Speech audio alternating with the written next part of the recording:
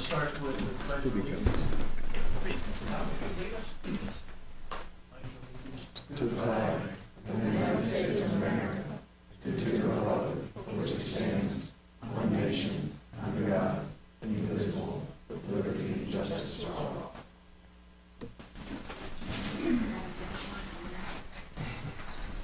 Okay, thanks for coming out tonight. Appreciate it on this cold spring night. We have a lot on the agenda tonight, so we're going to go through it as quick as we can. And the first thing that's on our agenda item, point number 2, is public comments. Now, these public comments are in relationship to nothing that's part of our agenda, the public hearing. So unless you have comments other than the public hearings, A, B, C, and D, and E, hold those until public comment section. If you have a comment on anything else, you're welcome to come to the podium, state your name and address. Okay, seeing no one, we'll go ahead and close that section. And approval of meeting, Planning Commission meeting minutes for April 3rd. Commissioners, everyone gone through them? Any changes or updates? I make a motion to accept the minutes. I second. Okay, all those in favor say aye. Aye. Any opposed? Okay, moving right along. All right, on to the public hearing. First public hearing, and I'm going to take these all separate tonight, is A, rezoning request by RWW 36 LLC property owner in Christiansburg, approximately 1.976 acres located in the southeast corner of Route 460 bypass in Roanoke Street and identified as tax parcel 529-A-48, parcel ID 230045 from the General Business District B3 to Limited Industrial District I1. The property is partially designated as mixed use with buffer on the future use map of the Christiansburg Comprehensive Plan. Staff, if you could just give us a quick rundown, and then we'll open it up to the public. Yeah, so as you had just said, this is a rezoning request from RWW 36 LLC, and the request is to rezone the property located at the southeast corner of Route 460 bypass in Roanoke Street from B3 to I1. And the surrounding zoning designations for all parcels in the area are B3. And the purpose of this request is to rezone the parcel to I1 for an associated CUP that you'll see later this evening. And contingent upon approval of the rezoning, they would request an automobile body shop. Okay, thank you. Now I'll open it up to the public, and we are looking at the rezoning request. Anyone wishing to speak on that tonight? Good evening. Steve Simonis with Balzer & Associates, 80 College Street. With the chair permit, as these are two separate actions, but if I could speak to them together, would the chair be okay if we move through that? I'm going to say yes, given the time that we have. Okay, all right, thank you. So with me tonight, I have some representatives from Insight Real Estate that while RWW 36 is the property owner that has applied for the rezoning, Insight will be the developers for the hopeful Caliber collision. So what I'd like to do tonight, go through the rezoning request as well as the conditional use permit we're asking for. Clicker here. Andrew, yeah, sorry, could you, actually, we got the drawings pulled up, Andrew, I think on another PDF that's, should be in those windows. Top one at the top tab on the left there. There you go. So again, as mentioned, our site is right here, right a little over above 2 acres, corner of the bypass and Roanoke Street. This is the access road that goes into the park and ride. The shop, or the property, has primarily been vacant until about towards the end of 2014. When that happened, the temporary park and ride was installed, was built and constructed here. Stormwater management facilities were put in as part of that project. As the full park and ride was built out over the next couple years, once it was done and ready, the temporary parking was removed and the site was seeded over. What we're asking for is a conditional use permit, well, the rezoning from B3 to I1 and a conditional use permit for an auto body shop. Caliber Collision is a national auto repair company that's been in business for 25 years. The closest one around here, there are a couple in Roanoke and the Salem area that have gone into some existing auto body shops. This would be the first one in our general area that, if approved, would be a full ground-up build, and we'll look at some of the images here in just a few minutes. Approximately 20 full-time employees would be employed here at the business itself. The project is proposed to be constructed in one overall phase that would include about just under 15,000 square feet.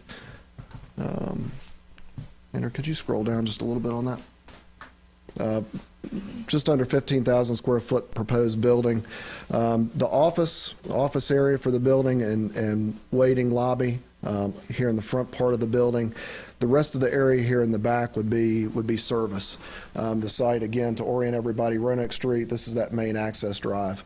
A few things about the site. The site currently has an existing entrance right at this location right here. There will be no other entrances on Roanoke Street. Because of the location to the bypass, that's a limited access highway right there, so no further entrances could be put along Roanoke Street. So the only proposed entrance, and it's about 15 days. So we'll touch on that in a little bit as well. The parking standards for the site, there's really not a parking standard in the town zoning ordinance to speak to this exact use. So we looked at it based on number of employees. And with 20 employees, that would require one parking space per 2 employees, so 10. We've got 29 up in this area here, so plenty of parking for employees as well as customers that would be coming in either to drop off or pick up a vehicle, and then 70 additional spots in the back for car storage until it's time for their vehicles to be fixed. New public sidewalk within the B3 district. It's required in B3 to install public sidewalks on any public right-of-way. That's not up with a portion that's underground, and expanding this area right here to be sure that our stormwater management requirements are taken care of. From a utility perspective, there's a sanitary sewer line that extends across the property, clips the corner right here, and goes across Roanoke Street. There was a 12-inch water line that was installed across Roanoke Street as part of the park and ride development. So it stubs into the property right there, so we'll be able to pull that off for the domestic service as well as the sprinkler system that would be needed for the building itself. Management company, they'll obviously have a private management company that would maintain the parking lot, the grounds. Trash will be handled with a dumpster here in the back of the lot, so that will be not only screened with your normal dumpster. Might have to close out of it and open it again. So we'll keep going. So we've got B3 all around us. So as we were talking about what type of use could we ask for, what type of zoning would we have to ask for on this?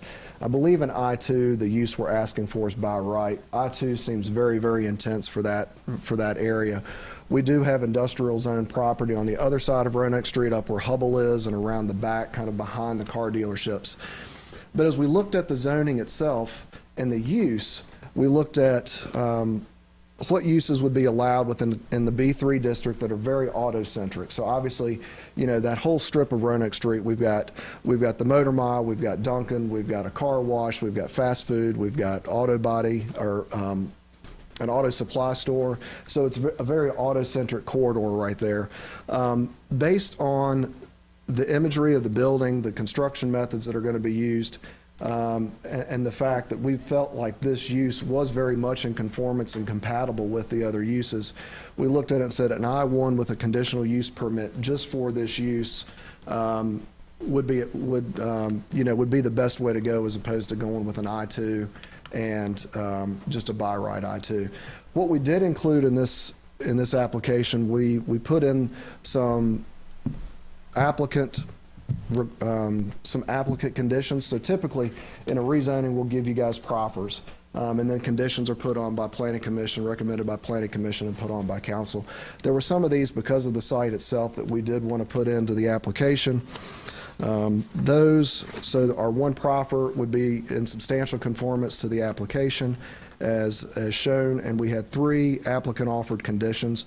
One, the installation of a 6-foot black chain link fence with the privacy slats that would be fenced along the perimeter of Roanoke Street. The installation of deciduous and evergreen tree screening buffers along Roanoke Street, and that would be between the street and the fence. So you wouldn't have the street fence and then the landscaping on the backside towards the parking lot. The trees would be 8 feet tall at the time of planting, and then the hours of operation would be 7:30 to 5:30. So as I talked to Ben about the project itself, we were trying to kind of figure out why this one use was not included as a by right use in B3 when a lot of other auto body or auto shops, auto service stations are included. And the only thing we could, we're just guessing, we're kind of spitballing at it, is, the imagery, the stereotypical imagery of a auto body shop is probably not the most aesthetic that a lot of people think about. You've got wrecked cars sitting in the back for months at a time until they get fixed. You don't have good landscaping, and they do tend to sit in places in town where you're not trying to keep you're not as concerned about the image coming into town. So when we looked at this and we said, okay, well, how can we offset some of those concerns, and why was this area in general looked at with that mixed use buffer? When the comp plan was updated, I guess in 2013, there could have been, and again, Ben and I were just speculating at this point, because we've got the mobile home park back here in the back on Fairview and Geneva Street, there may have been some thoughts in the past of, an overall redevelopment of this entire block, and what does this corner look like? After that was done, we had the park and ride come in. Actually, could you go back to that one slide right there, Caroline? I can just talk from this one. You all can see here, when the park and ride went in, it basically cut off all access to the back, to these back properties off of Fairview and Geneva. Alma Street does have an access. You can see where it's stubbed in right here. So if the thought previously was, the ability for this to go into mixed use, where all of this could be redeveloped as one mixed use parcel, the park and ride has really cut off this piece in and of itself. So because we've got the park and ride here, and obviously the other uses that we talked about on Roanoke Street, we felt this wasn't an out of the realm ask for this type of a use, and the project with which they want to build right here in this area. We do have some images that I guess are not pulling up right now, but I believe Planning Commission saw we had several building renderings in there. That's the type and quality. That wasn't the exact site, but you can see the stone, the heavy landscaping in those areas. So that's the type of project they're building. You can actually Google, new caliber stores. Right now, I was doing that when I was eating lunch today, and you could see some of the other projects they're putting in across the country. So very similar in the way the layout of the site is and the way the buildings are set up and architecturally designed as well. We did get the staff report, and wanted to touch on just a couple things on that. There were, I believe, 3 staff suggested conditions. A revision of the concept plan to require the planting of a double row staggered of evergreen trees spaced at 10 foot on center. We're okay with that. We showed a mix of deciduous and evergreen to try to add some color in there and some texture to the landscaping, but we can certainly do the evergreens and still add some shrubs and deciduous on the outside, so we're fine updating the application for that. The storage of inoperable vehicles or vehicles awaiting repair shall not exceed 15 days. That was in our application, so we've talked to our folks and they're good with that. And that the project shall be constructed in substantial conformance to the approved concept plan, and that was part of our proffered condition as well, so we're fine with all 3 of those staff recommended conditions. The last point I want to make is staff did talk to us, talked to Andrew, I guess, last week or maybe the week before about the I-1 district itself, and that there may be some discussion with Planning Commission if there's some of those uses in I-1, once the property's rezoned, that we could kind of, quote, pull off the table as uses going forward in the future if that would make planning commission feel a little bit better and town council feel a little bit better about the request for just the zoning district itself. The intent is to get the zoning approved and build this building similar to as you see right here. So that's why the use, the use that we've requested with a conditional use permit. So if that's something planning commission would like us to look at, we can do that as we're making some of these revisions to the application material. We'd be happy to answer any questions that planning commission has this evening. Okay, thank you. I am going to change my mind on this, and since Steve has touched on both the public hearings A and B, I'm going to open up B as well as A for public hearings right now.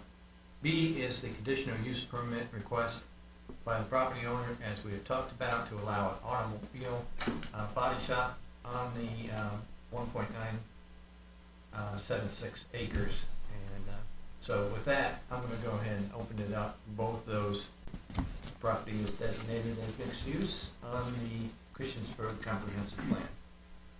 In addition to that, then a request for a conditional use permit request by the same applicant, allowing for a contractor storage yard on the approximate 2 acres.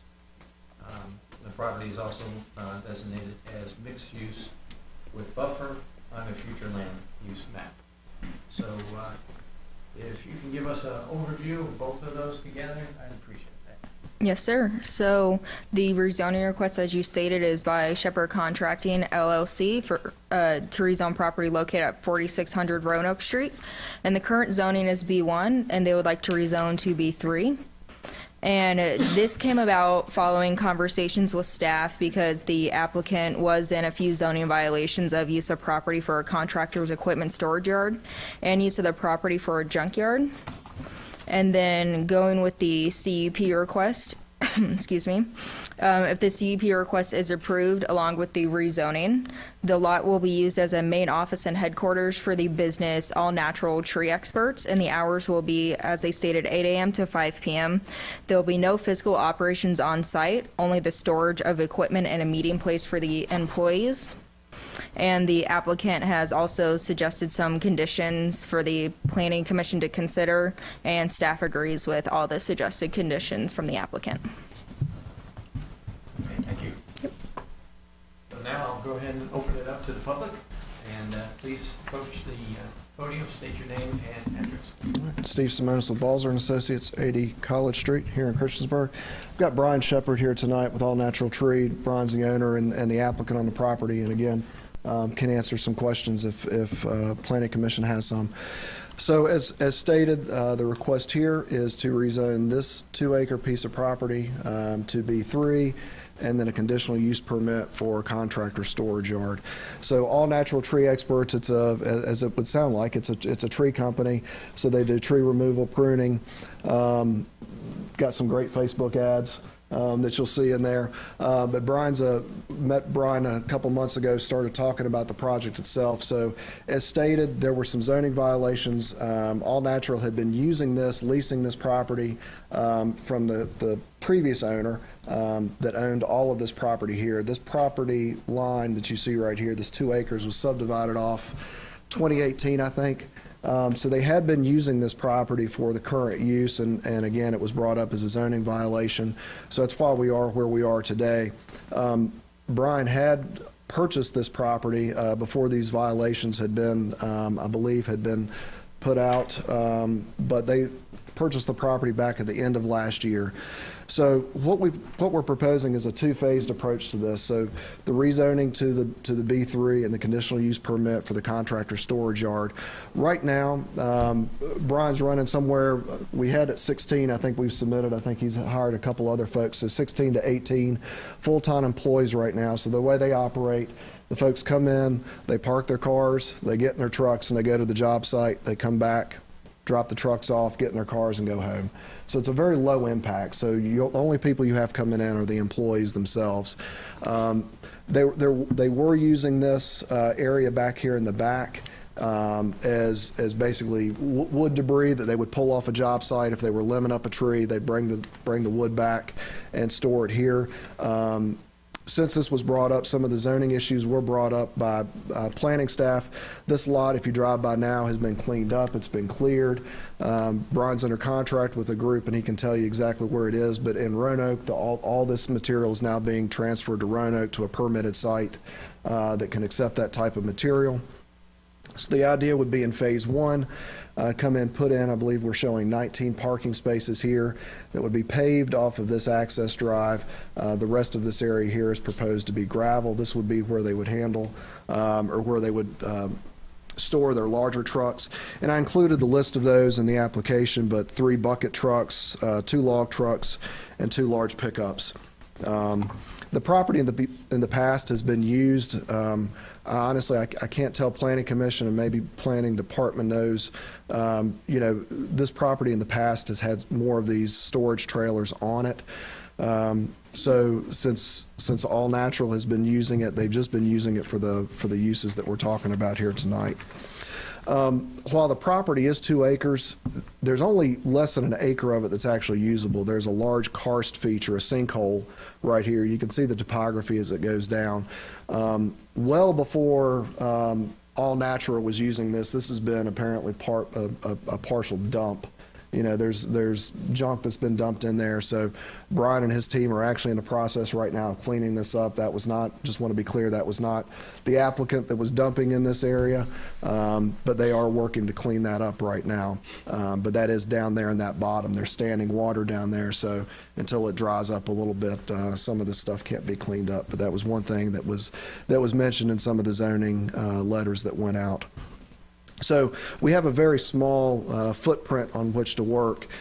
So what we're showing here, phase one that we talked about, we would be required to provide stormwater management, which would be down in this low point. Right now, the site drains all back to this to the karst feature here. All the road water in this section of Roanoke Street also gets picked up in a roadside ditch. There's a culvert here that goes back to the sinkhole as well. And there's one that picks up a lot of drainage on the south side of Roanoke Street, comes across the road and goes. So we would pick up a stormwater management facility in this side, in this area right here, tie into that system and come back. DEQ has specific regulations as far as draining to sinkholes and how you have to manage that stormwater management, so that would all be within DEQ specs and reviewed by the town as part of the site plan. Phase two, which could be 5 or so years away, the idea would be they would basically build an office building in their headquarters, approximately 5,000 square feet.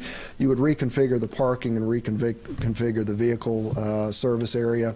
In both phases, you do have a dumpster that would be screened. And I'm going to go back to phase one here. The other part of it is the screening that would be proposed, as we've talked about in other applications for contractor storage yard, screening is a big piece of it. So what we're proposing here is a board-on-board screening fence or something that's solid. It could be a PVC material, but a screening fence along here. You can see it right along the laser there. And then a 12-foot on-center evergreen buffer in between the fencing and the road, similar to what we talked about with the previous application.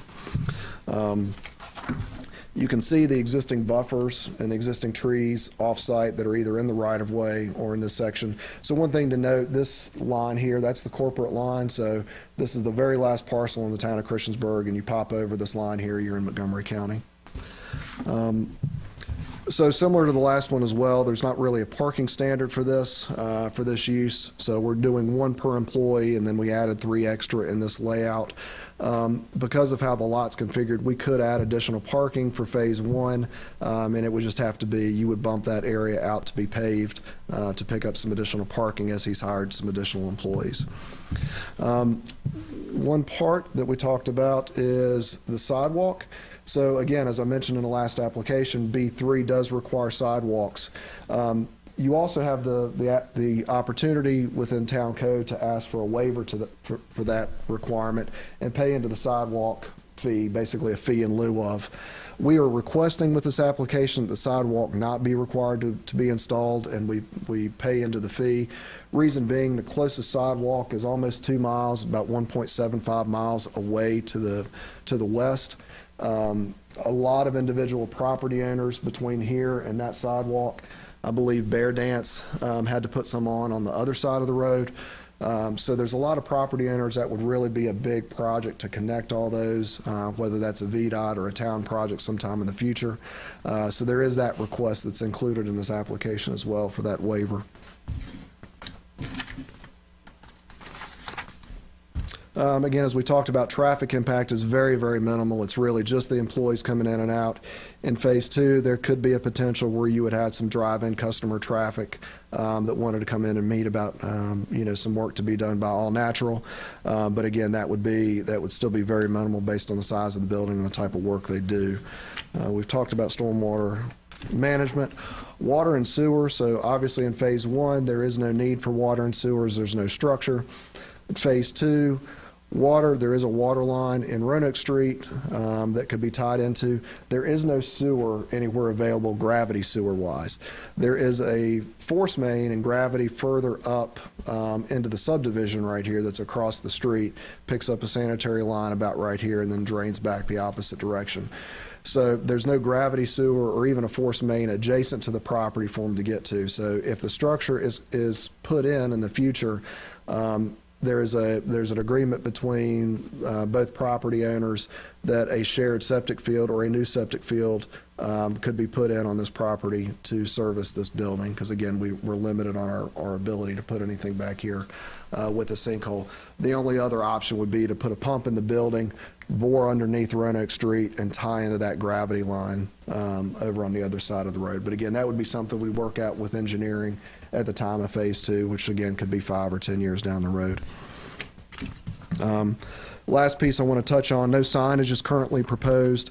And again, with the property zoned B1 right now, B3, it does allow for some more intense uses. This is a fairly low intensity use, the way it's proposed in phase one and phase two. We have added additional screening and buffering along Roanoke Street, and with the additional screening on this backside, we feel that is helping to mitigate any potential concerns that the neighbors may have. You're not bringing in a lot of big, heavy equipment. So you're not hearing, if it was a excavators company, so you're not hearing a lot of those backup beeping that you would hear if you're moving backhoes and other types of construction equipment like that. So fairly low impact in and out. There are 2 existing entrances. I'm sorry I didn't touch on this. This westernmost entrance that goes into the existing buildings here in the residence, that's currently blocked off. So the only entrance that's used is this one. There is an existing cross-access easement across this property for the benefit of this parcel. So that would be the main entrance in. We would not be putting another access in off of Roanoke Street. And just for the public's benefit, we did have one proffer we included, which was substantial conformance to the plan, and the 5 applicant offered conditions. One was the installation of the 6-foot board-on-board fence, installation of the evergreen buffer, 8 feet tall, 12 feet staggered on center. No external storage of wood products such as stumps, limbs, or wood chips would be permitted on site. The CUP shall only be valid for this specific business. And then the other one, we don't do this a lot, but because of the concern that there was a zoning violation that kind of stemmed this, we did put in that we would voluntarily come back to Planning Commission 1 year from the time of the approval to show that we're meeting the conditions as proposed and everything's good to go. And then if there were any concerns that staff had or Planning Commission had at the time, we could address them again then. That completes my presentation, but be happy to answer any questions when Planning Commission's ready. Thank you, Steve. Thank you. Okay, we are on the public hearing items C and D. Anyone else wishing to speak? Please state your name and address. I'm Cheryl Giles, 35 Mountaintop Drive, Christiansburg. Right across the street from where they want to add, they want to make a zoning change. So the neighbors have been talking and we're not happy. One major thing that we're unhappy about is additional traffic on that part of Roanoke Street. It's exactly at the top of Christiansburg Mountain. And as it stands, it's very, very difficult to make a safe left turn towards Christiansburg out of our subdivision. There are 2 lanes going up Christiansburg Mountain. You can't see down Christiansburg Mountain at all when you're getting ready to turn left. And what happens is big trucks move slowly up the mountain, so cars want to go around them and pass them. But once you get to the top of Christiansburg Mountain, there's a very short distance before it merges into being 1 lane only.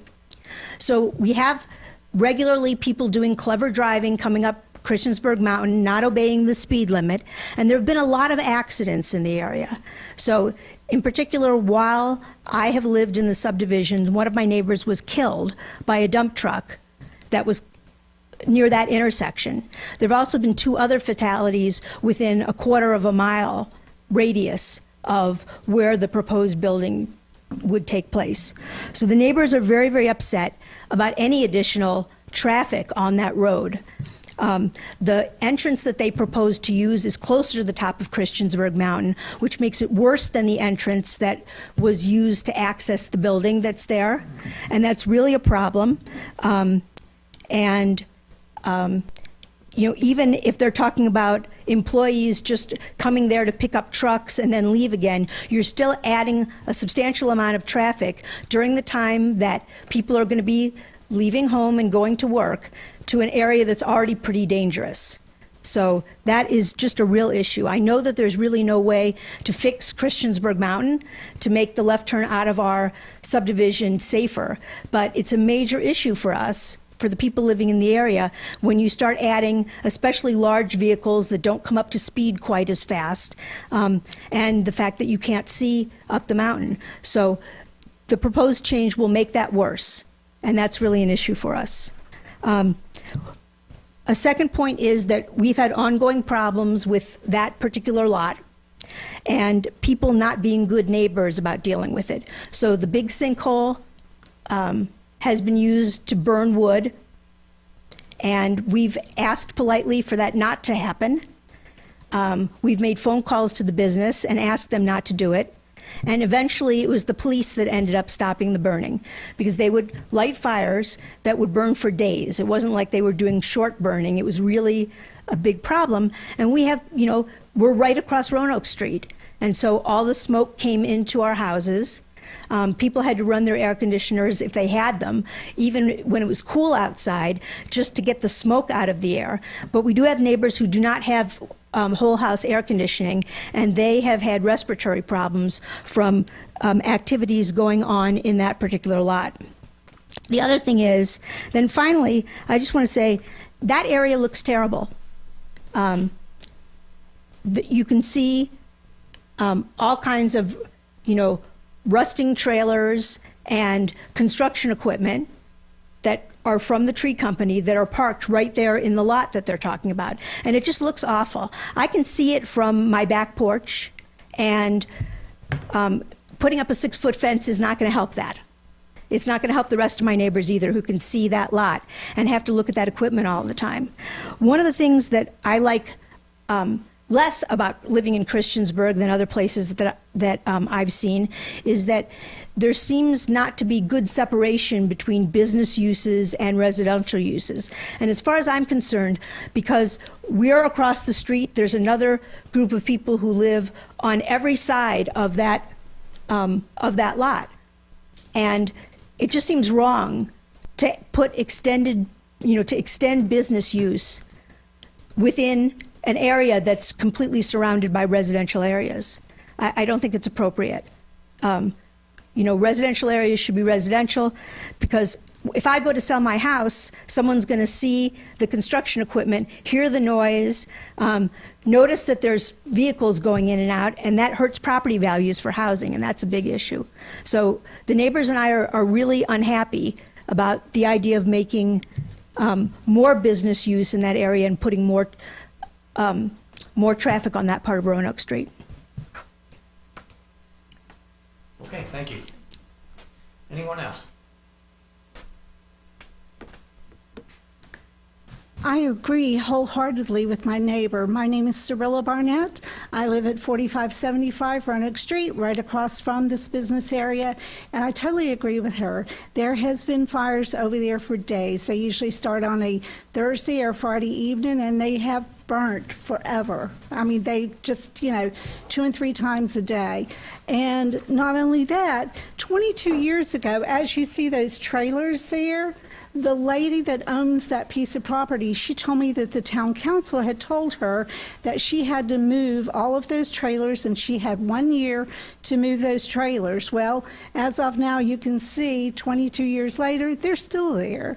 And their business out of there. And there's been logs, mounds of logs, not just 1 or 2. It's been taller than me logs, and they've just cleaned those up in the last probably 3-4 weeks. It looked like a sawmill over there, and there was big trucks that was coming out of there hauling those logs to wherever they take them. And then prior to that, then there was open bed trailers that was sitting over there for them to put the mulch in to be taken to a paper mill or somewhere like that. So I actually was out in my front yard mowing my yard, and I saw one of these trailers come out of there, and it almost got hit because of the fact that we do live right there on top of the mountain. And those cars coming up the mountain, they're doing 55, 65 miles an hour because that's the way they go up the mountain. And they think that, they don't know that area a lot of times, so they just go right up the mountain. And then coming down the mountain is the same issue. If those trailers are turning right there, there's really no area for the tractor trailers to turn to go down the mountain. I've seen them there. I had a yard sale one time in my life, and I saw a tractor trailer there that was pulling out of there, and I was like, oh my gosh, I'm going to see an accident right here on my beam. So, it is very dangerous there, very dangerous. And we do experience noise. It's not just from 8 to 5. We have seen trucks that have the backup alarms on them. I've been awakened at 4 o'clock in the morning with backup trucks backing up there. Skid loaders, if you know anything about a skid loader or a backhoe, they have backup noises on them too. So there they go, they're backing up. And then prior to 3 weeks ago, there was these mounds of logs. People were coming over there Monday through Friday, Saturday, and even Sunday, cutting logs, cutting wood, and taking it out of there. The tractor trailers, if you're going to put an equipment thing there, you're going to have tractor trailers to haul some of this equipment in if it's going to be a storage unit for equipment. And then you're going to have people coming in there, and they're going to be starting this machinery. You're going to have the smell of diesel. So, the price of our homes, just the 4 homes that are just right there in front of this on 460, there's $1 million worth of homes that are sitting there, and that's why we're concerned, because it does devalue our homes. You're talking about a 6-foot fence. A 6-foot fence is nothing, because I have a 2-story house, and I can go upstairs in my office and I'm looking straight into that mess across the street that I thought was going to be gone 22 years ago, with addition to her leasing it out to other people. So I think that, just like my neighbor thinks, I think that these businesses should be in industrial parks. They shouldn't be where residential areas are, where you're going to devalue their product or their homes. And that's what's happening to our homes, is they're being devalued because it's been a mess. And it still is a mess, as you can see those tractor trailers over there. Yes, ma'am. Thank you. Thank you. Anyone else wishes to speak? Please state your name and address. Brian Shepard. I'm actually property owner at 4600 Roanoke Street. So I completely understand with the adjacent property owners. However, as you can see in the plan, not only are we going to put greenery, a buffer, as well as the fence, and I can't speak on to what the uses of the property were before I owned the property, and I was very limited on what I was able to do until I had ownership.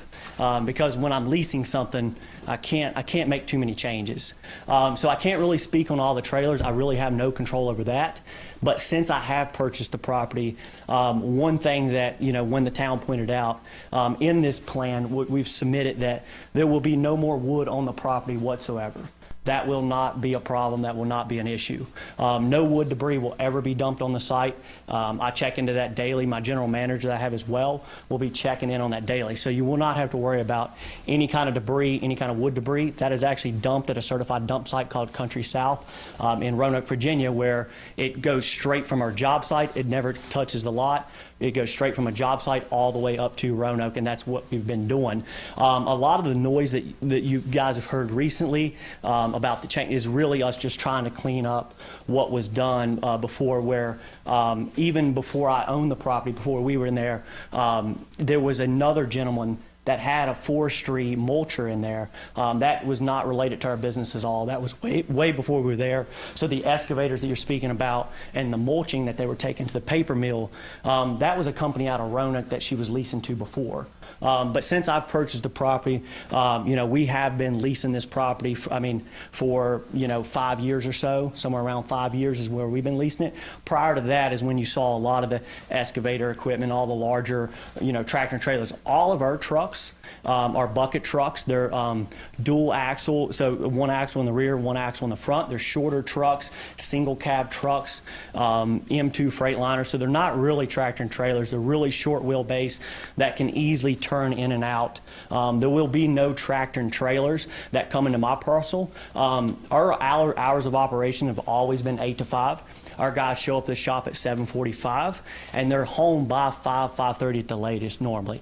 And that's what we do. We do not work Saturdays. We do not work Sundays, no matter what. We just, our guys work very hard during the week, and we tend to stick to that. So, a lot of the stuff maybe at 4 a.m. I can't speak on the other parcel, but I do know there's a lot of activity in there. Used to be used for a trucking company. Miss King, her husband was a well-known guy in the area that owned a trucking company. So a lot of that is where you see a lot of the tractor and trailers, but we do not own any tractor and trailers like that. And so really, Anything else? that's it. Okay. Yep. Anyone else wishing to speak on this? Okay, seeing no one, we'll go ahead and close this section as well. Section C and D, please, I encourage you to stick around because we will have a discussion period and we will have questions. Okay. Last and final public hearing tonight, section E, for a conditional use permit request by RWW 36 LLC, property owner, and Denstock LLC applicant to allow a planned housing development of 209 multifamily residential dwelling units on approximately 18.77 acres located at terminus of Fairview Road Northeast, consisting of approximately 14.38 acres, identified as tax parcel 436-A-41, parcel ID 017576, and approximately 3.31 acre portion identified as tax parcel 436-A-38, parcel ID 021678, approximately 0.14 acres,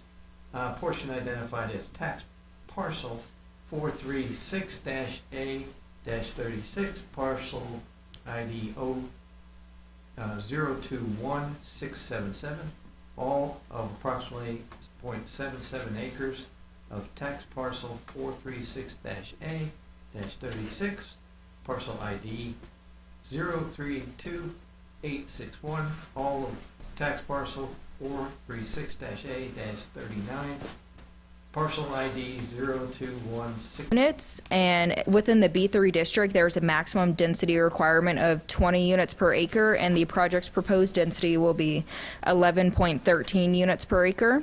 And the facility is proposed to contain 2 parking spaces per unit, plus an additional 30 spaces, totaling 418 parking spaces.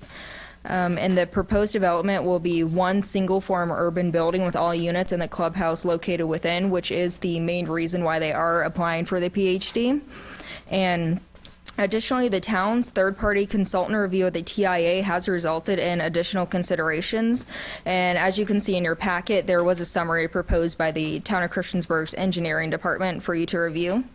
And I am managing director of Denstock, which is the company that is developing this. I know you have a long agenda tonight, but I just want to take a few moments to show you about the different types of properties that we have built throughout the state of Virginia, to just show you the quality, and then Steve Simonis with Balzer will give you all the details. And I'm sorry, I'm not, am I on or not? Okay. It's been that way all evening. Monday. All right, so as I said, I know it's been a long evening for you already, and so I'm going to go through this very quickly. Be sure to stop me if you have any. But Denstock, we build Class A luxury apartments. You can see the red stars represent the projects that we have built. Okay, there we go. The red stars represent the projects that we have already built throughout the state of Virginia. You're familiar with one of them we built here in Christiansburg, the Adams at Pepper's Ferry, which is one of our projects. Of course, there you see it there. So you can see we're very, what we think, we built some very attractive buildings on the outside. We use some very nice materials, like it can be either like the faux stone that you see here or the cementitious siding. The reason is that Denstock, we don't sell any of our properties. We've been building, or I have built, this was built 25 years ago, and we don't sell. So because of that, we want to use the finest materials that we can, because we don't want to have to come back later and try to replace it because they were inferior materials. This is a property that we did in Winchester, Virginia. It was right across at the time from a brand new elementary school, and the city was very proud of that, and so they were very particular about what we built. So we mimicked actually the architecture of what they had in their school. So this was sort of a brick and siding. This was built in Fishersville, Virginia, on top of a mountain. You might have seen it when you go across I-64, which you see up on the top left corner. Built right next door to the Murphy-Deming School. And the Murphy-Deming School actually had to do a beauty contest to see which developer they wanted. We won it mainly because we did a siding to actually match the exterior of their school. And so it complemented what they wanted. This actually was you see right there, it's actually 2 phases of the project that we've had completed. This is a project that we just have completed, and this is in Fishersville, Virginia. And it, right near, if you're familiar with the Ruckersville, I said Fishersville, sorry, but in Ruckersville, Virginia, we just finished this project. One thing I'll point out here, if you see the 2 white lines in the top of the buildings on the long buildings, they're also on all the short buildings, it's because we put all of our HVAC compressors on top of our building. We want to make it a really nice feeling for our residents when they're walking through, and you don't have compressors when you're trying to sit on your front porch and you hear like 3 compressors that are doing all the buildings or all the apartments above you. So we try to think of things to truly optimize the experience that our residents will have. This is a project that we did in Old Trail, which is a golf course community on the outskirts of Charlottesville, Virginia. This is where we actually incorporated the clubhouse, which you can see right there with the red balloons in the corner. Above it, or I don't know if it's a thing with this, but above it are the actually apartments, and these particular apartments that are in the tower have 14-foot ceilings, so it's very attractive. Again, want to talk about the different materials. We try to complement someone that's near us. We're not very near anything in this particular project. We're actually overlooking the Lowe's building, and we're overlooking the 460 bypass. But you'll see when Steve comes up later, we have what we think is a very attractive building. But this is the brick and the stone. We use, again, the stone and the cementitious hardy plank. You can see that we do lots of stuff on the outside as far as the furniture, the pool, and I might point out on the left-hand picture, the very far left-hand, you can see a strip going down. We have handicap access to all of our pools. And then we also give them grilling options, dining areas. In this particular project that we're proposing, we're going to have fire pits. We're going to have a very big pool area. We're actually going to have an indoor little dog spa if anybody wants to wash their dog. And all of our clubhouses, we try to make an impression by doing a lot of architectural features. This particular one, which is located in Louisa, Virginia, is showing, you can see it has all the woodwork on the walls. You'll see another picture of that. But again, I'm just trying to show you the quality. This is Goose Creek, which is the one in Fishersville. We actually employed an artist to hand blow those in glass. And then it has steel wings, and so they were put up with airplane wire. But again, people walk in, it's a Goose Creek, and they're looking up and they can see the goose. All of our clubhouses are open 24 hours a day. Each of our residents are allowed access to electronic fob, so we know who's in there. If anything's taken or if any incident should happen, we know who is in there. This is the one down in Williamsburg called Kelton Station. Again, this is the one that had the wood. You can see the wood cast, and most of our clubhouses have media rooms, so they can either rent it for if it's a child's birthday, if they want to go watch NCAA basketball game with their buddies, or somebody wants to have movie night and have their friends over, they can do this. So they can use all of our media rooms. Almost all of ours have pool tables. We have lockers in there. This is a big thing. I'm sure all of you know that Amazon, there's just so many packages that come in, and our clubhouse is full of packages, especially at Christmas time. We don't want that. It clutters it up. It doesn't look great. So now we're doing areas where these have all packages, and in fact, the one that was under construction that we're doing in Winchester right now, we actually have refrigerated because a lot of people get their meals that are being delivered. So again, we're always trying to stay ahead and see what would be best for our residents. Is our gyms. We have a great fitness equipment, life fitness equipment, and punching bags, and some of them, the balls that you can use, yoga mats. And then just nice, again, clubhouses. So you can see we have a library here. This is the one in Winchester. That's a faux wall. This happened to be built on an old vineyard or an old apple orchard lot. And so we were trying to make it look like the old apple orchard, and that's what a building would have looked like back then. This is a more modern one in Charlottesville, and it's called the Summit. It's right at the You can see the wood, the fireplace, again, a pool table. This particular one also has a big poker table in the clubhouse room. All of our clubhouses have kitchens where if they want, they can have parties and rent and come in and use it to have like a small wedding shower or a baby shower or things like that. Also, during the week, a lot of our residents come in and they have a coffee clutch. So we have like in one of ours, it's religiously every day at 10 o'clock, we have like 12 to 14 people come in and sit down and drink coffee. So again, this is just to show you, this is Pepper's Ferry, the Adams at Pepper's Ferry, the inside of the clubhouse. Again, Pepper's Ferry. And we just wanted to show you all those different types of clubhouses. This is what we have inside of our apartments. We have stainless steel appliances. We use granite countertops. We have very nice lighting. They're actually very nice apartments as far as sizing. You can see that's a walk-in closet in the master bedroom.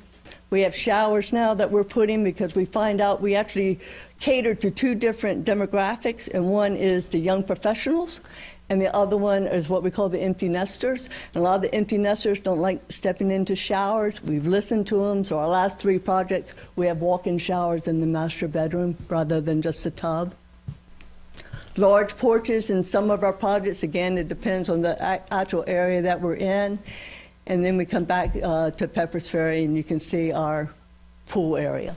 So I just want to show you a little bit, set the stage for Steve, and just to let you know what we build and the quality, because I know it's always scary when people hear apartments. They sometimes don't always have the best image of what an apartment might be, but this is what we do. Okay, thank you. You're welcome. Anyone else wishing to speak?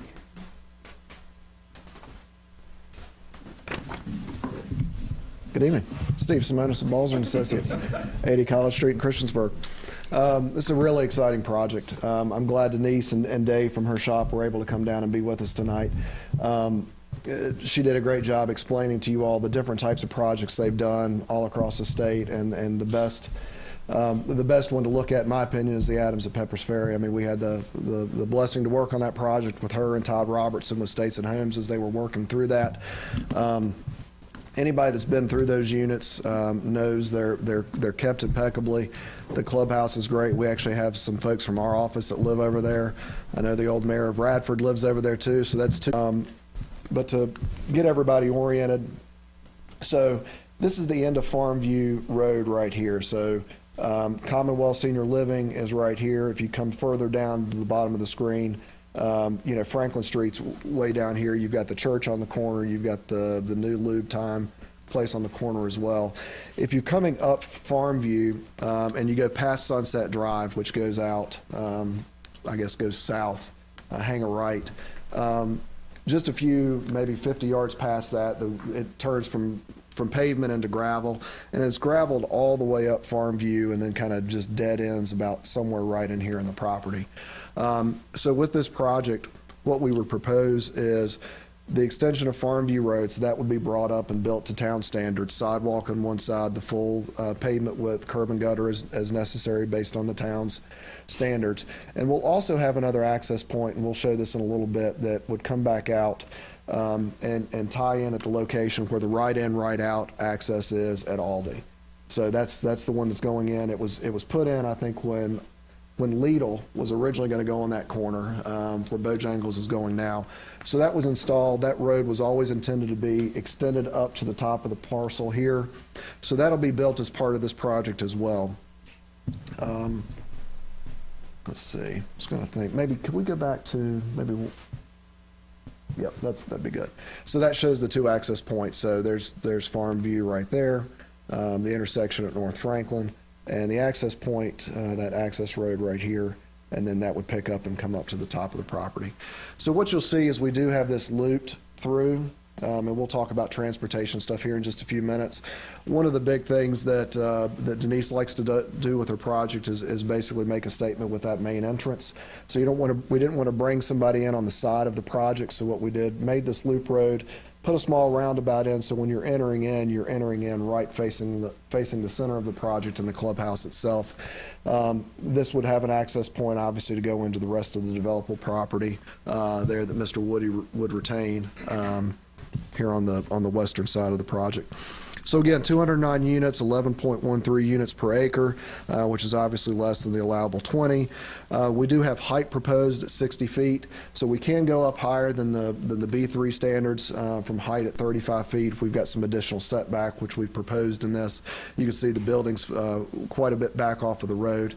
We can get back to the C5. So you can see we're well off the property lines here in these areas. One really exciting part of this, and I hope you all took some time to read through this, is the sustainability piece of this project. That's not something we talk about a lot in Christiansburg, but it's something that's really important to Denise and her company. So part of the way that this funding and this project will be put together, it has to meet basically the National Green Building Standard. So what that is there's a lot of different energy certifications. You've got LEED and Earthcraft, and you all have probably heard of those, and it's based on a point system. So if you get a certain number of points based on how you've designed a building to make it more green and sustainable, it gets you up to these different levels. The difference with this one, and I had to be educated a little bit with the architects, is that with this type of system, there are 6 main pieces of what this green building standard is, and you have to achieve pieces of all 6 of those. So you can't say, I'm just going to do energy efficient windows and not worry about lighting, or I'm just going to do an energy efficient outside site design and not worry about the insulation. So all 6 of these different pieces of this program have to meet a certain level in order to be certified under this green building standard. So that's a really cool piece of something that we're seeing in multifamily in other parts of the state, and we're excited that Denise is doing that here. Also, and I think we included this in our parking narrative, they'll be planning to put in about 9 or 10 electric car charging stations as well. So everybody's seeing those pop up everywhere, so that's certainly something to the open space. So areas for fire pits, seating, this would be the main pool area. This is your clubhouse entry, and as Denise explained, all the amenities, I won't go over those again, but all the amenities they have there within the open space or within the clubhouse itself. And then we've got areas that from a grading perspective, we've got graded where they can be used. so you can get out, you can let your dog run around, you can throw a Frisbee. We do have steep grades coming down on some of these other areas here, as you all are well aware. When you drive down 460, this is sitting up on a hill. So the top of this hill here is basically the drainage divide between the Roanoke River and the New River. So our site is pretty much going to drain back to the east, which is actually in the Roanoke River watershed. There are existing culverts under 460 right here, and there's another one here. The big East Tennessee gas line that runs all the way through town and west kind of clips through this property here, so there are certain standards we have to stay away from that based on the apartment standards that we're looking at, as well as the gas company. But back to the watershed, so everything we're going to have to do stormwater management wise will be in the southern end of the property right here. So we'll pick up all of our water, hold it here, and then release it through these existing culverts under 460. Everything on the west side of this drains back into the New River watershed back towards Franklin Street. So we may end up having to do a little bit of stormwater management for the improvements on Farmview and the addition of that access road as it comes down. We'll have to get into that as we get into engineering. But again, having these open space areas and all these different flexible spaces within the building as well as outside will be really beneficial to the residents that are there. Parking, we're 2.1 parking spaces per unit, so as stated earlier, about 30 spaces over what's required for guest parking. Sidewalks are going to be installed throughout the development. We'll have crosswalks to get to parking areas and to other sidewalks. There will be a sidewalk installed down Farmview, which will take you down to the intersection. The hope is we're going to be able to get a sidewalk installed along the access road as well. We assumed that's a no-brainer, right? But when we got in and started looking at the platting, there isn't enough room within that dedicated right-of-way for that access road to get a sidewalk in that area. So that's going to require us either getting a sidewalk easement or an access easement from the Bojangles folks or the Aldi folks. So the intent is to put one in if we can safely get people to somewhere, a good crossing. We didn't want to basically pull a sidewalk down and then dump somebody into the back of Hobby Lobby, into the back parking lot. So we want to be meaningful in what we do there. So the intent is to put one in if we can get the easements in place. We talked about the access points for traffic, so I won't touch on that again. Part of the application, this was addressed earlier. It was in the staff report, which we've just recently received. We haven't had a chance to talk with our traffic consultant yet, but the town did require a traffic study to be done with this. So there were counts that needed to be done, and really the first piece of it was looking at the intersection of Farmview and Franklin to see if any additional turn lane warrants on Farmview would be kicked in with the traffic that's coming in and out of the development here, and to check the signal timing if there's anything that would need to be done at Franklin Street. As we started this process, conversations with VDOT and the town engineering department is that VDOT went through, and Andrew, I can't remember, maybe a year and a half, 2 years ago, went through a pretty big study on this whole section of Franklin Street to time the signals there where you're keeping traffic moving quickly down Franklin. That's the main thoroughfare, obviously. So, some people, me included, kind of complain because those cross lights are fairly short, especially if you're waiting to get out there by Chick-fil-A on that other, you never hit that light in one try. Those signals are coming pretty quick. So what we wanted to do here is make sure that nothing with this project was going to impact that signal timing, which could impact everything else from here all the way up to Arbor Drive. So we looked at that. The other piece that engineering wanted us to look at was what would it look like if we had any pedestrian activity or pedestrian signaling across Franklin Street. So Ramey Kemp's the engineering company we use, the traffic engineering company that we've used on other projects here in the New River Valley. They do a great job. They looked at it, they provided the data. Basically, what it said is if a pedestrian's crossing Franklin Street at Farmview, that's 7 lanes of traffic that somebody has to get across. So there's a certain amount of time it takes for somebody to walk across that much traffic. So either you have to have a refuge island in the middle of it so you get halfway and stop and just wait for the next red light and make the rest of your crossing, or you have a long period where it takes to get from one side of the road to the other. When they ran those numbers, it started drastically affecting that signal timing. So I can't remember off the top of my head. I want to say it added 30 or 45 seconds to that timing to get somebody across the street. So at this point, we are not recommending any pedestrian improvements along that section, but we did submit that to staff, and again, they provided us the comments, but we haven't had a chance yet today to walk that through with our traffic folks. So we'll have to take those comments that we got back on that and adjust it, and we'll follow back up with staff with those revisions. Last couple pieces, and I'll try to get through this quickly. We talked about stormwater management. Utilities, there's water and sewer in multiple locations on the site. On Farmview, on the access drive here, there's actually a sewer line. On Lowe's property over here that does have an easement, but that would mean us crossing the gas line. So we do have multiple options to get to water and sewer to service the property for domestic and fire service. The project's planned to be built in one phase. So we'll start construction, and the idea would be to move it through. It will be designed from an architectural and building code standpoint, though, where you can basically occupy a certain part of the building while the rest of it's going on. So it's by address and by building code a separate structure. So you're basically putting fire separation walls in different places.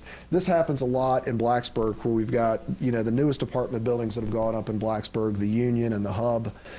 Those are large buildings, so you can occupy and get certificates of occupancy for units that are finished out, as long as you've got those fire breaks, and they can be pulled out as a, quote, separate building from a building code standpoint. So it will be designed so all 209 units don't have to be built and completed before you can lease up the first one.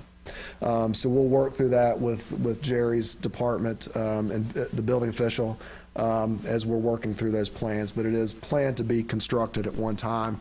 The clubhouse, let me go ahead and touch on this one condition that was brought up by staff as far as having the amenities in place. The clubhouse will certainly, and I'll also defer to Denise and Dave on this, the clubhouse will be put in that first phase. That's where the leasing's going to happen. There's a lot of amenities in that space. We want to talk with staff as far as the timing, what that right unit number is based on how the buildings are separated, and maybe some flexibility. We don't want to necessarily open the pool in December. So if there's some flexibility, we can kind of talk through as far as that phasing, but we're all for working a phase plan out. The intent is not to have residents living there and not have any amenity space for them to use. So we just need to talk through some of those details.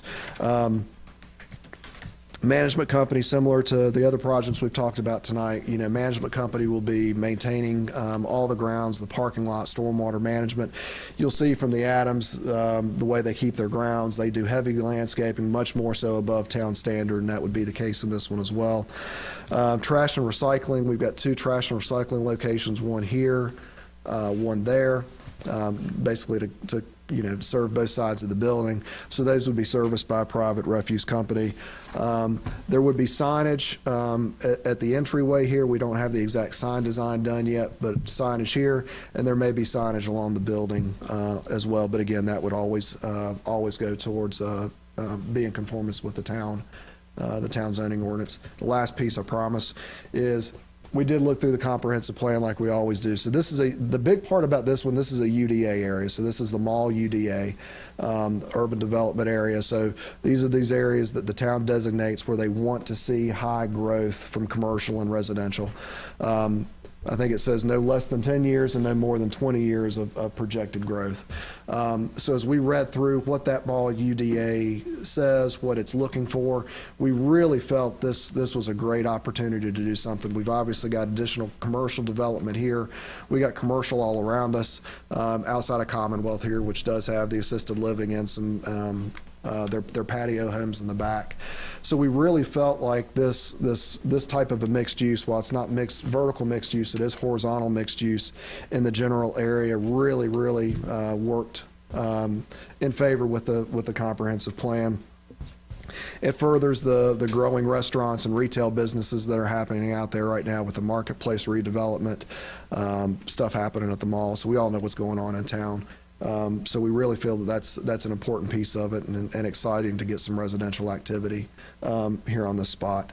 The last things are the conditions we offered, which would be conformance with the plan, and would only be for the only intended use would be that's the multifamily that we specified here.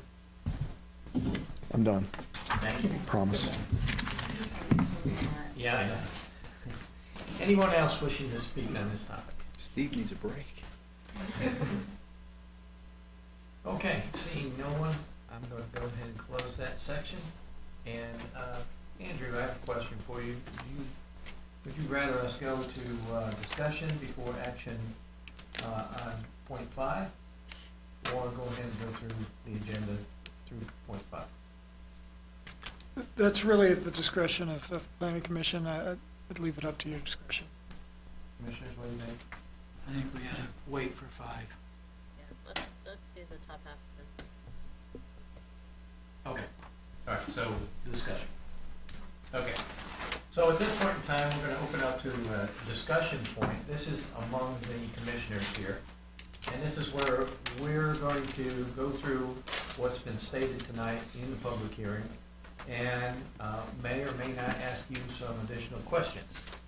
And this is where we have our concerns and really get a comfort feeling on what's being requested before we take any kind of action.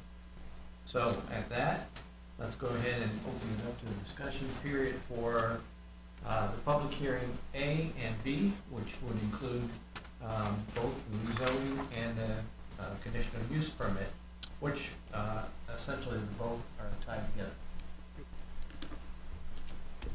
Okay, my favorite question is, I couldn't tell by looking at the rendering, is that large enough to get an emergency vehicle around there? It is. Yes, sir.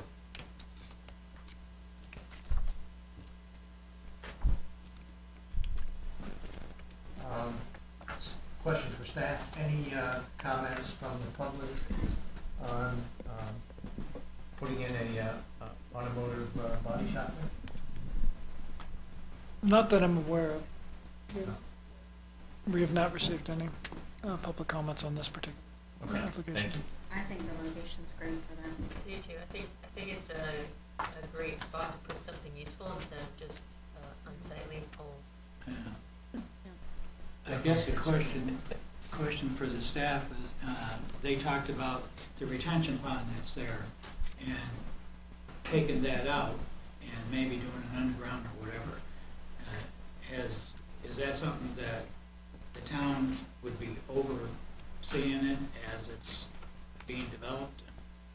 If this were approved and it were to move forward to a site plan process, then absolutely it would have to meet all of town and state code requirements for stormwater management. And so our engineering department would work closely at that time with the with the design engineer on coming up with the best design that meets our standards. To me, that just fits the location where it's at. I mean, it's just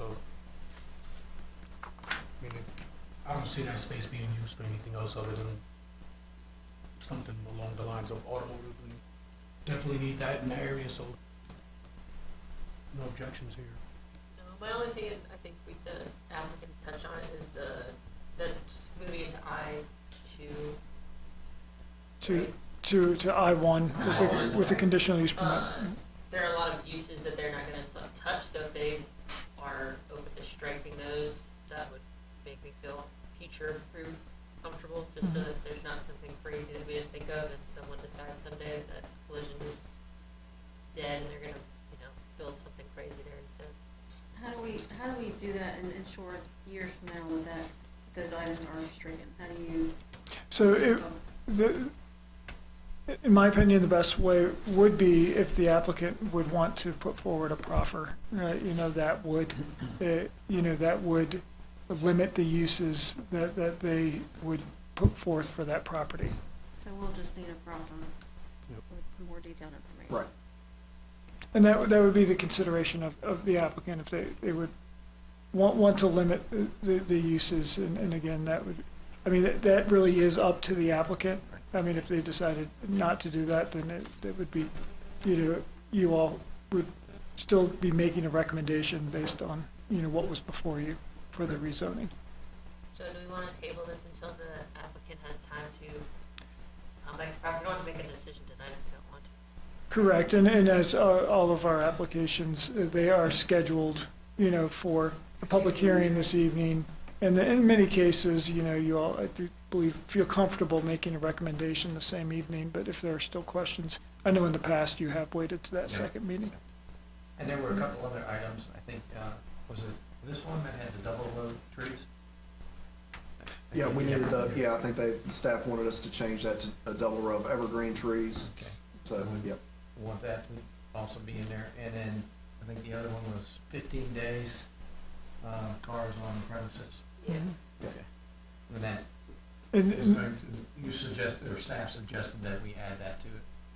Correct, and those were the conditions that were in the staff report. And I think the substantial conformance with the site plan was the third that staff was recommending. So at this point then, we would probably wait to have all those conditions put into the plan by the applicant, and then take our vote after that, at the next meeting. So you will have the two applications before you. You'll have the rezoning, which at this time does have a proffer that talks to, that the development would be developed in substantial conformance with the site plan. And then, so that would be, that's what you have before you right now with the rezoning. With the conditional use permit, it really is up to you all to make those conditions that you believe are appropriate for an auto body use in the I-1 district. Well, I think the conditional use permit's fine. Is it weird to approve a conditional use permit on a property that's not zoned appropriately for the conditional use? I would recommend that you look at the rezoning first. Correct. Yeah, exactly. Okay, so we'll have those added then to the applicant's plan. Any issues? No, we're okay with the three conditions, and we'll go through the by right I-1 uses and strike a few and get that back to staff. So we can turn that around this week and get that back. Perfect.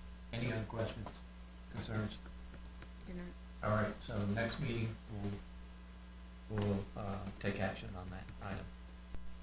Okay, moving on to our next two items for discussion, the public hearing, point C and D, with the contractor storage yard, including a rezoning request.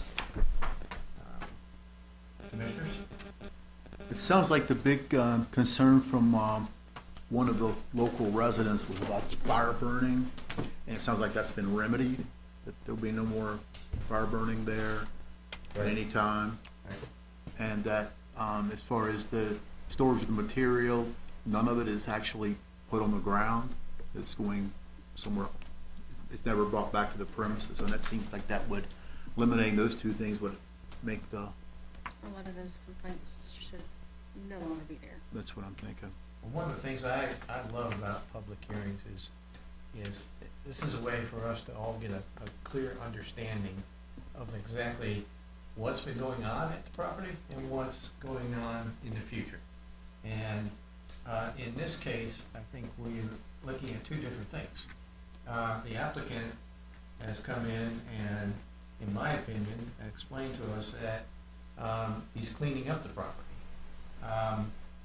The issues that were discussed tonight, the burning, no longer an issue. Tractor trailers, not his issue.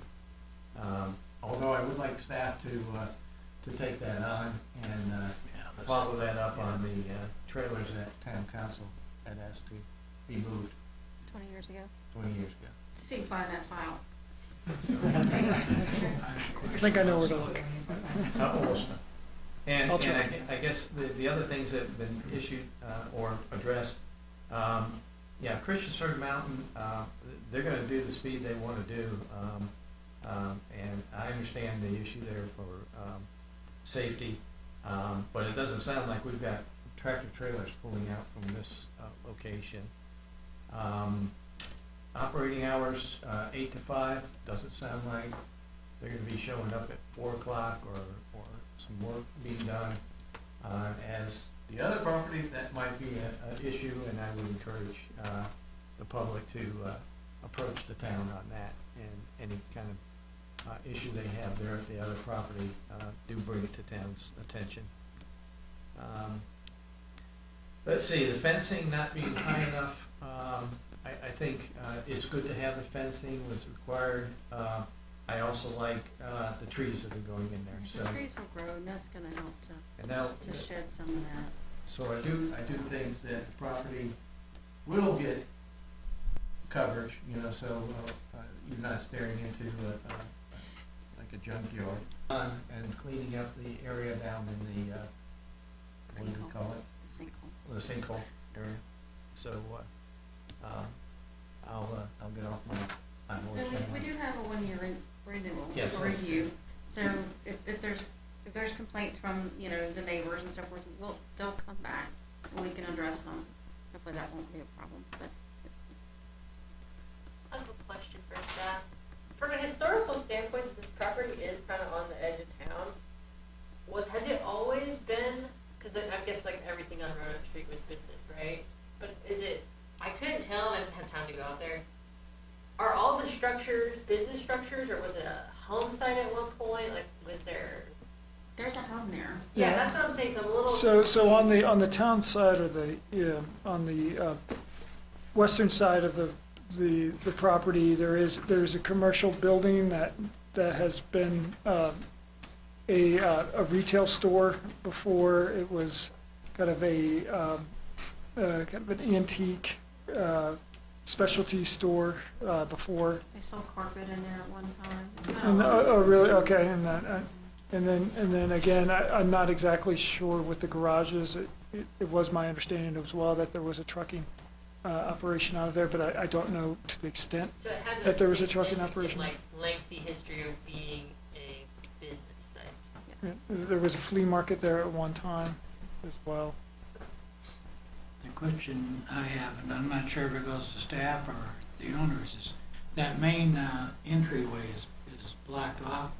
Is there a way to use that to get that reopened rather than the lower one? Because driving up there, Will you pull up the view, the overhead view, please? driving up there, you do have a problem because it gets down to one lane.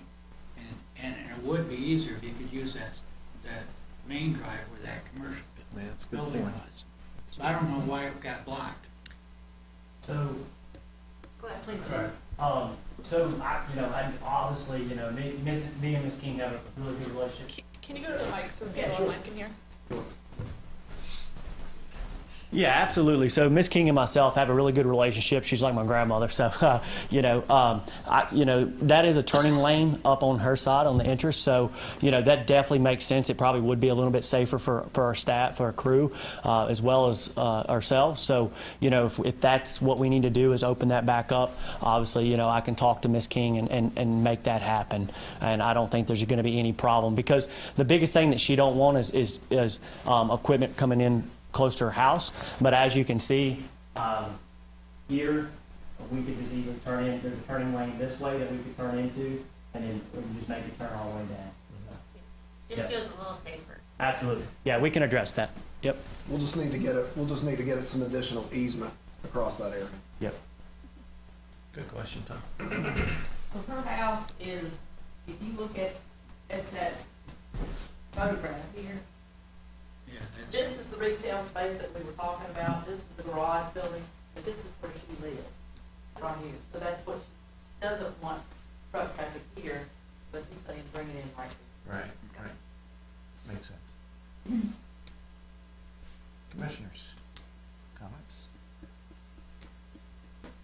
I think that it's one of those situations where we're, from a historical standpoint, it's a home business that got away from the town, but there's now precedent with it being there for 20 plus years.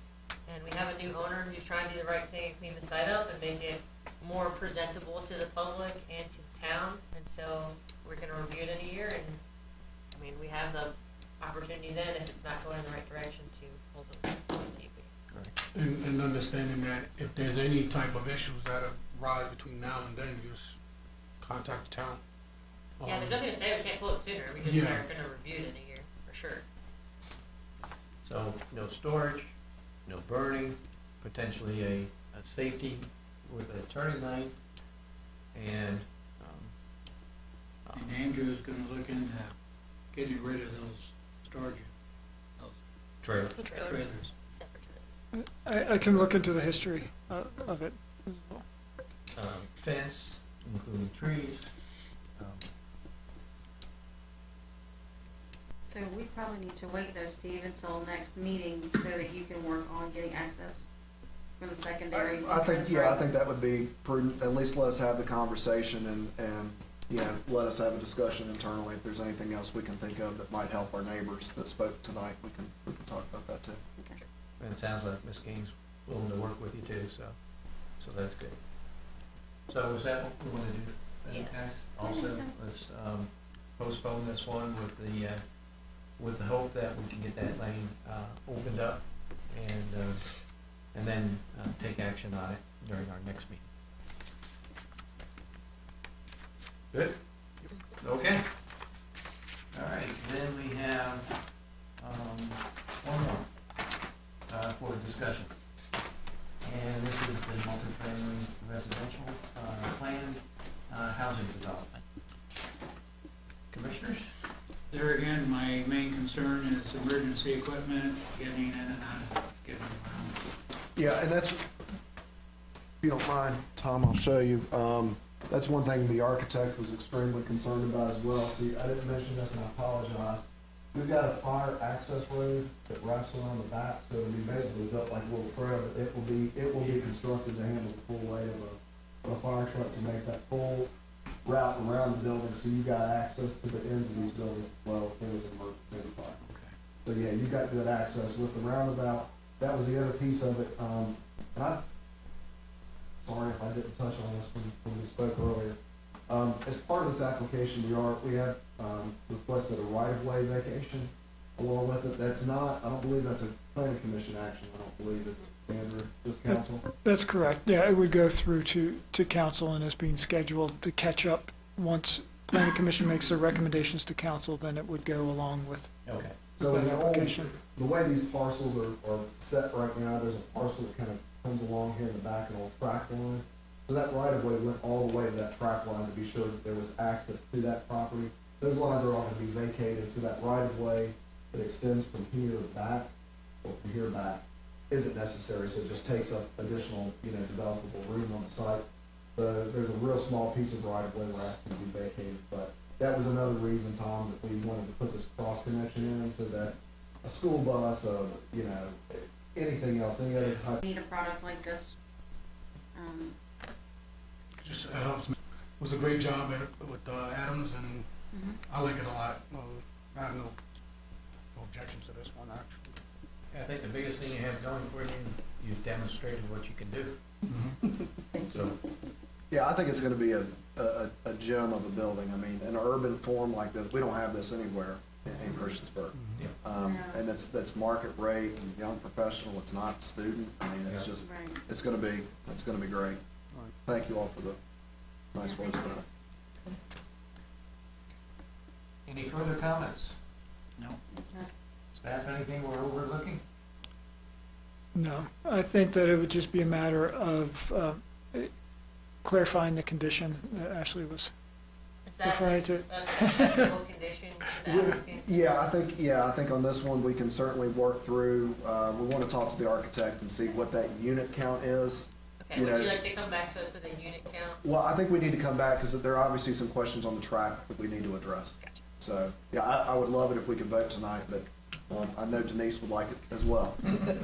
But I want to be sure we're straight on traffic, since we just got those comments today. Agreed. And my only other comment to just add to that, I appreciate the attempt to look at crossing 7 lanes of traffic. I would urge you to really think about maybe pushing VDOT to the town side, to maybe make an island of some kind of refuge for this reason. Similar luxury apartments were put in Blacksburg, late night, to walk down to the, convenience store across the street took a life.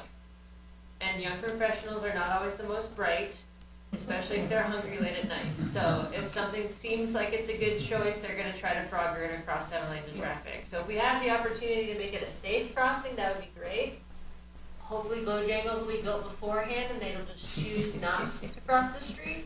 Something like Bojangles. Well, and I think that's part of it too, and again, until we kind of sit down and talk with staff, one of the questions back from us to staff was, is Farmview even the right place to do it? If you're gonna put a pedestrian connection across Franklin, where's the best place to do it? Is it Farmview, is it further down? Yeah. If it's further down towards, but just gotta be safe to do it. Yeah. Okay, at this point, we have a little bit of homework to do. And then we'll hold our action until the next meeting. Also on this one. So, and appreciate the detailed information you guys provided tonight. That's very helpful. Okay, moving on to our action item number 5. This is where we had our public hearing, and the applicant has come back to us, and this is the conditional use permit for Jones Real Estate Investment and Recycling Company, Inc., property owner, to allow a planned housing development for 49 single-family attached townhouses on the property located at. Yes, sir. So the main change staff noticed while going through the resubmitted plans was that the townhome setbacks adjoining Scott Street have increased to 20 feet, and it appears that they did that by, I guess, adjusting the townhomes, but I think you'll do a lot better explaining that than I will. Yeah. But that's the main difference that we noticed going through it. Okay, well, thank you. Yeah, if you wouldn't mind letting the commission know exactly what was changed. Sure. Paul Henniger with Lumsden and Associates, 4664 Bramilton Avenue in Roanoke, Virginia. I think most of the information that will show up is on the Exhibit A, which I think you have a copy of. So essentially, in our last meeting, there were concerns about the setbacks that we had along Scott Street, and we had a discussion that that the commission would prefer to see like a 20-foot rear setback along Scott Street. So the way that we were able to achieve this is the units, and this one I don't have it numbered, but the units that front on Scott Street that are adjacent to the main entrance that come in, which I'm referring to these units right here. Right. So essentially what we did was these units are 24 feet wide by 30 feet deep. So we turned those 90 degrees. So now each unit is 30 feet long and 24 feet deep. And that allowed us to have the 20-foot setback here on Scott Street. These units right here they still maintain the original orientation that they did. If I remember correctly, I think we were already at 18 feet right here. So I was actually able just to slide those forward a couple feet and maintain the 20-foot setback on there. So really, that's the only change ways. And then the part of the property that fronts on the highway down there, once we get into it, it doesn't really look like it lends itself to have a very large detention basin up under the roadways and under the ground. And then that other property, we probably wouldn't utilize it that much. But I can't say 100% sure that that's the case because obviously we haven't done all of the drainage calculations or something. So at a minimum, I think you would see a combination of a small amount of above ground pond and then the rest of it would be underground. Sometimes once you start looking at the underground detention, it's easier just to have a little bit bigger pipe, and just do it all in the ground and not even worry about a pond. So my gut feeling is that will probably be the case, but you have to go through a lot of calculations and everything to prove all that out. But just in my experience, I would assume that most of it would be underground. Okay. Did you mention it, or, well, I'll just ask the question. Reduce the number of parking spaces? Yes, we did, very slightly. The current number of, let me flip back here, sorry, I don't have it memorized. We are proposing 112 parking spaces now, which is still more than what's required. The required number of parking spaces is 94, and we're proposing 112. Okay, thank you. No, I just asked him for what changes were being made. Okay, so now we know. Any other questions, concerns? We received good feedback from neighbors in the area about the number of units, and I think Brian Bush's feedback is really good, and we requested that we try to mimic this development to meet some of the areas around Justin and Hung and other streets. So I still feel like there's 49 is a push to get in that area. I'd like to see that number brought down. That's my feeling before, and still stands. Okay. Commissioners? More comments? Concerns? None. Do we think we're in a position to take a vote tonight? I'm ready to vote. Okay, then I'll need a motion. Make a motion to approve the Plant Henson development as submitted in conformance with what was presented tonight. I can second that. Okay, all those in favor, say aye. Aye. All those against? Aye. All right, well, that should pass. So that's the Next item. Congratulations. Thank you, sir. Appreciate all your good input on this project. Appreciate you working with us. So my pleasure. Yeah. The designer of what they would like to propose. Now, that's certainly something that that could be looked at and could be part of the recommendation because of potential issues, whether it's attracting wildlife, whether it's if it has standing water at some point, if it's a hazard for bystanders.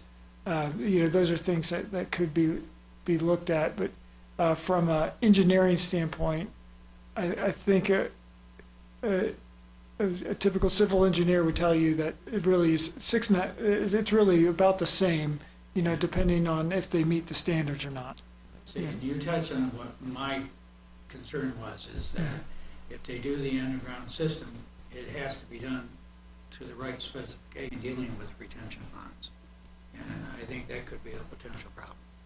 I mean, but if it becomes a problem, it's on him, right, at that point, to fix it. The town will You're on a main road, and the other thing is along Roanoke Street, you have a lot of residents right in there. So I'm still concerned about it. I'm hoping that they do the underground system and then it's done properly.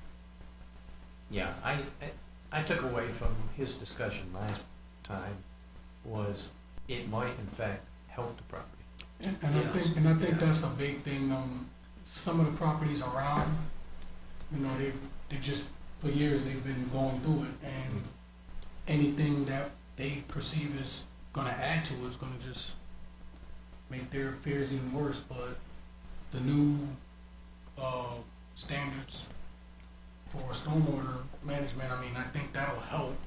It's not. I don't think they'll see it on paper. Issues that go along with that.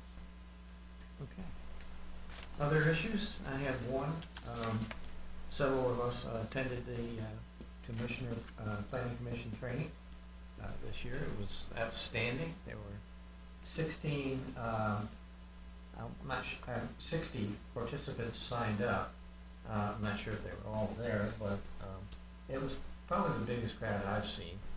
And it was really good, and I was very impressed and continue to be impressed with our Planning Commission when we went out and did scenarios, different items that would come up in meetings.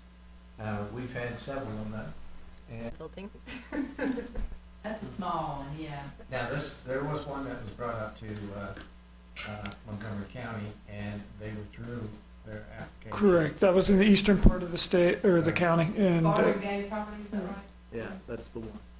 Yeah, and what I had understood was, and getting back to the training, we need to have a plan. We need to have it laid out exactly what is required to put a solar, Or do we, because we only have 14 square miles of town? not us, Yeah. sorry, Montgomery County does.